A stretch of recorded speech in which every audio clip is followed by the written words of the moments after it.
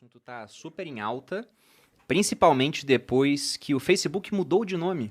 Então, o Zuckerberg colocou aquele vídeo no ar, tá no YouTube, para quem não viu ainda, onde ele mostra a interação dele com a versão dele do metaverso, né, como é que seria. Mudou o nome do Facebook, já deixando muito claro que ele está direcionando os esforços de uma empresa que está sentada em uma montanha de caixa, 60 bilhões de dólares, para isso. Só que eu acho mais interessante a gente começar pelo mais simples. Se é que há algo mais simples para quem nunca ouviu falar desse universo, né? Porque o tema hoje é metaverso e NFTs. E os NFTs entram dentro do metaverso. Então, para quem nunca ouviu falar disso, como é que vocês definiriam o que é um NFT? Acho que são bens digitais e a terminologia correta é não fungível. Daí que vem o nome NFT, token não fungível. Mas isso, em bom português, significa que ele é um bem que ele não é equiparável a outro, como, por exemplo, uma moeda, tipo o Bitcoin, na qual um Bitcoin equivale a um Bitcoin. No caso dos NFTs, não. Então, é um formato de arquivo que vive nas blockchains, depois a gente pode entrar mais na parte técnica, mas e que permite que esses bens digitais circulem livremente pela internet. Então, as pessoas já tokenizaram arte, já tokenizaram itens dentro de jogos, avatares, certificados de posse digitais e várias outras coisas, e isso é um mercado que representa muitos bilhões de dólares já a essa altura do campeonato e que só vai continuar crescendo. Eu acho que se eu tentasse definir o NFT, eu acho que talvez daria um passo atrás um pouco, né? Explicar que o NFT ele roda num blockchain, né? Que é o blockchain da Ethereum, e que ele é um padrão, um tipo de token, né? Tipo um tipo de criptomoeda que roda em um outro blockchain, né? Então, assim como o Felipe comentou, né? Ele tem algumas propriedades diferentes do que tem, por exemplo, outros tipos de tokens, mas basicamente é como se fosse uma criptomoeda que roda dentro de um blockchain. E aí você pode colecionar coisas, você pode comprar coisas na internet, você pode itens de jogos, skins, enfim. Então, para mim, o NFT seria um tipo de token que roda de um blockchain e que está aí chamando bastante atenção por conta da usabilidade que você consegue ter com eles, né? Quando que esse negócio começou a ser feito?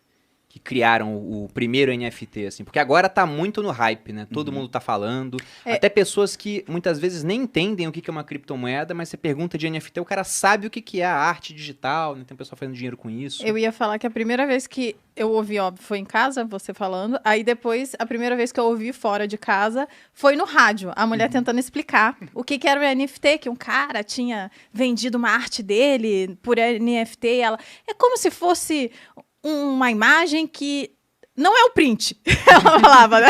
Aí eu falei, acho que não tá dando pra entender direito.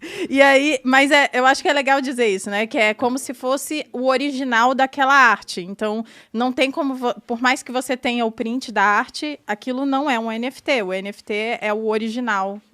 Sei lá, na minha cabeça ficou assim. É porque quando a gente fala acho que de NFT, a primeira coisa que vem na cabeça é a arte, né? Porque é o que mais chamou atenção, né? Por exemplo, o CryptoPunks que a gente estava falando aqui antes, o que mais chamou atenção são aquelas artes que, em teoria, são feias, né? E que valem muito dinheiro. Adorei essa. Eu botei em teoria aqui para não afirmar nada, né? Em teoria e na prática. A gente pode falar, É que feio gosto mesmo. não se discute, né, Bruno? Rael, você pode botar um CryptoPunk aqui na tela, só pro pessoal que não conhece? Não, eu fiquei indignada, porque isso daí não é possível. Você ficou indignado que o Bruno vendeu esse, né? Isso aqui é uma arte digital, né? E você pode pensar, poxa, É tipo uma criança de 5 anos fez no Paint, né? É basicamente isso, é basicamente isso. Mas eu não sei o ano que foi lançado, vocês sabem? 2017. Em 2017 foi lançado. Hoje, essa coleção aqui, ela é caríssima. Você não consegue comprar isso aqui por menos de R$1 milhão, eu acho. 2 Meu milhões Deus. de reais. 2 milhões de O reais. Felipe até comentou, né, que o Snoop Dogg tentou comprar uma e não conseguiu a que ele queria, né? Pra você ver o quão exclusivo é e, tipo assim, não importa quem você seja. Fazendo o link com a pergunta, eles são reconhecidos como os primeiros NFTs na Ethereum, apesar de ser uma discussão longa, tem antecessores e tal. Inclusive no Bitcoin já fizeram outras coisas parecidas. Mas tem uma coisa do público se apegar a termos e fixar a ideia de tentar entender um termo, tipo NFT, que seria meio que tentar explicar o que é um JPEG no começo da internet. Não é sobre o JPEG. É, muito bom isso. É sobre as imagens estarem acessíveis para todo mundo, sabe? Não é sobre o MP3 ser uma tecnologia de compressão de vídeo, de áudio, que agora vai virar do avesso à indústria da música. Não. É que tem um formato que comprime valor, porque ele garante a escassez no meio digital, que era uma coisa impossível antes. A parada que você falou é original. Então, podem fazer cópias, print screen, etc. Mas o NFT não vai ter mais do que o cara fez ali e colocou ali. Então, comprime valor e é um mercado mundial, sem fronteiras. Então, vira do avesso agora as indústrias da mídia, da criação de comunidades e e tantas outras. E esses aí são reconhecidos pelo pioneirismo, por isso que eles acabam capturando tanto valor. Que a gente estava nessa discussão aqui inicial sobre a imagem tem ou não importância no valor e tal. E aí, nesse caso, obviamente não tem, né?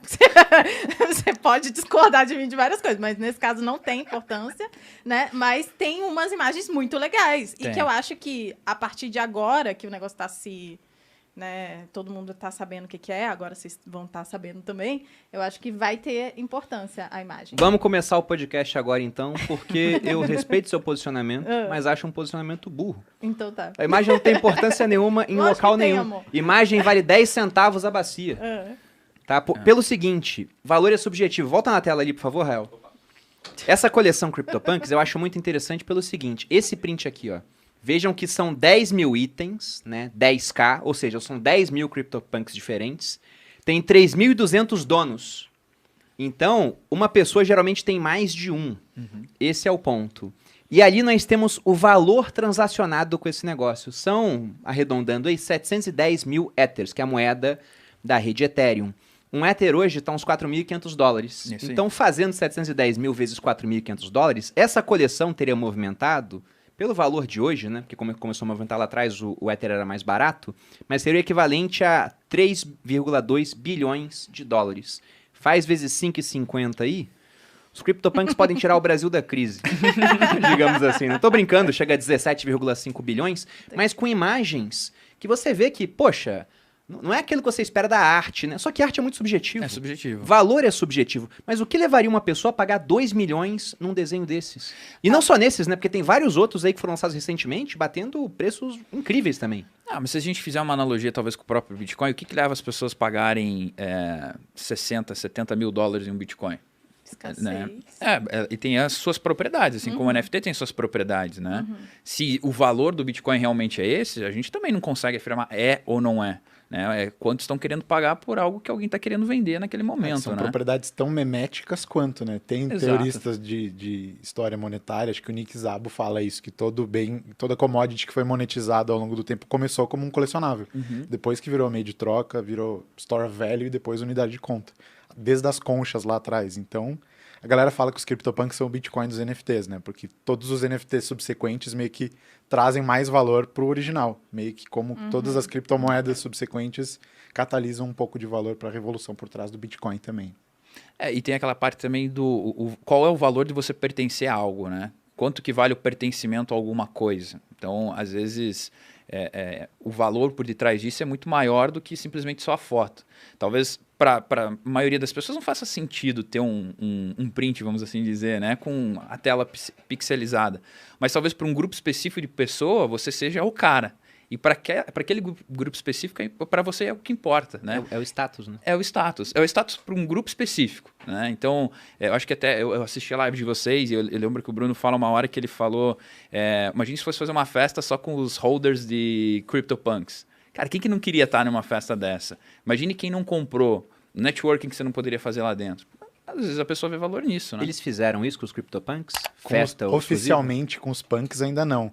Porque já é mais descentralizado, os punks, os criadores se envolvem menos. Mas no caso dos Bored Apes, que é outra coleção mais moderna e que cresceu mais rápido até que os CryptoPunks, porque nasceu no hype agora, sim, eles fizeram, tem uma empresa por trás, a Yuga Labs, e agora teve uma semana de eventos em Nova York, teve festa em cruzeiro, festa em balada, só para quem tinha um Bored Ape.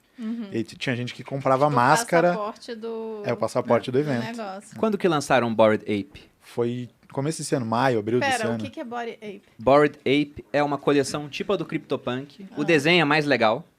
É tipo aquele do tigre que eu mostrei. De macacos. Você consegue botar na tela aí pro pessoal ver, Rael? Busca aí Bored Ape, pro pessoal ver o que é. Eduardo, dá uma mão aí pro Rael. E nesse Bored Ape, eles lançaram há pouco tempo. Tem o quê? Uns 6 meses? 6 meses. 6 meses. É do macaco. E hoje, o preço mínimo de um Bored Ape é de 32 Ethers.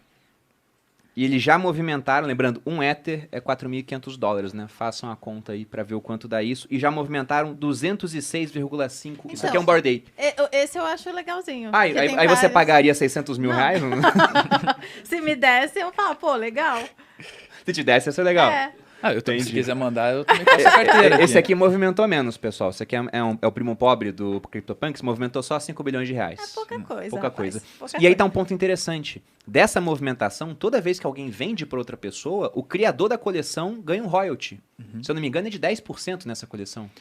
Nessa eu confesso que eu não sei, mas você consegue setar, né, no OpenSea. Quando você cria um NFT, você pode colocar lá quantos por cento você quer que fique de royalties. Então você pode colocar desde 1% a 10%, 100%, enfim, aí vai depender do criador, né? É 2,5 nessa, eu acho. A última vez que 2,5? eu vi, eles tinham feito tipo 25, 30 milhões de dólares só em royalty de secundário. Então foi um royalty bem mais baixo do que eu tinha pensado. Mas um ponto muito interessante é que como ele ganha por toda a transação, faz sentido ele hypar essa comunidade fazendo eventos exclusivos, por exemplo. Porque se ele vai e monta lá um jantar exclusivo só com quem tem esse negócio e vem que tem muita gente famosa, o pessoal pode querer pagar muito caro no ingresso desse jantar comprando um Bored Ape.